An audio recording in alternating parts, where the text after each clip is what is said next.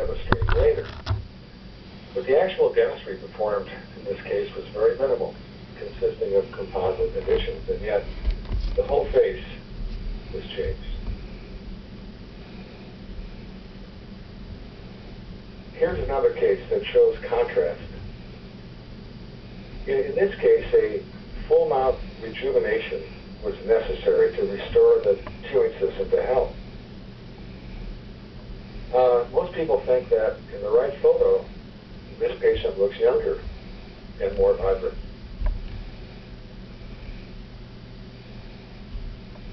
These eyes seem to be saying to me, can you help me?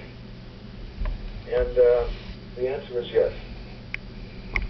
And many people ask, well, how long does it take for these facial changes to occur?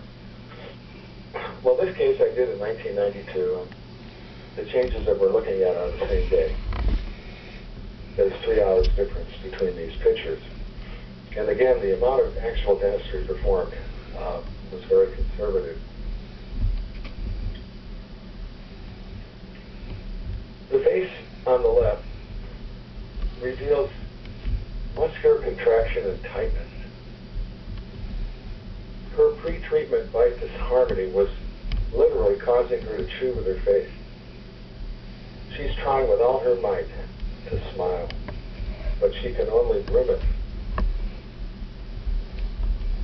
When the chewing system is harmonized, neuromusculature relaxed, she smiles without effort. So we can ask, who is biosynthetic dentistry for? Well, first, it's for the ones you love. If we look at the forehead on the left and see the frontalis muscle, also known as the corrugator, wrinkling, and then in the right picture, it's not. And there's 1 day difference between these pictures.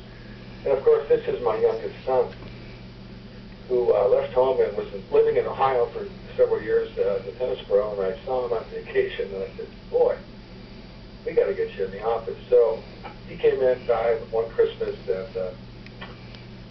and we did biosynthetic dentistry. There are no crowns on this case. This is bonding.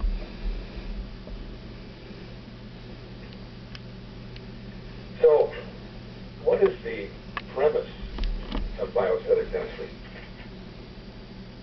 Dr. Charles Wold, our previous director, defined it as a process that accepts optimal biologic form as the basis for comprehensive functional diagnosis and rehabilitation of the hemodynamic system. Optimal form as the basis. So what about form? When we look to invention, if we want an airplane wing that will fly, we need to, give the form that will allow that function. And so in invention, the form follows the function that we wanted to achieve.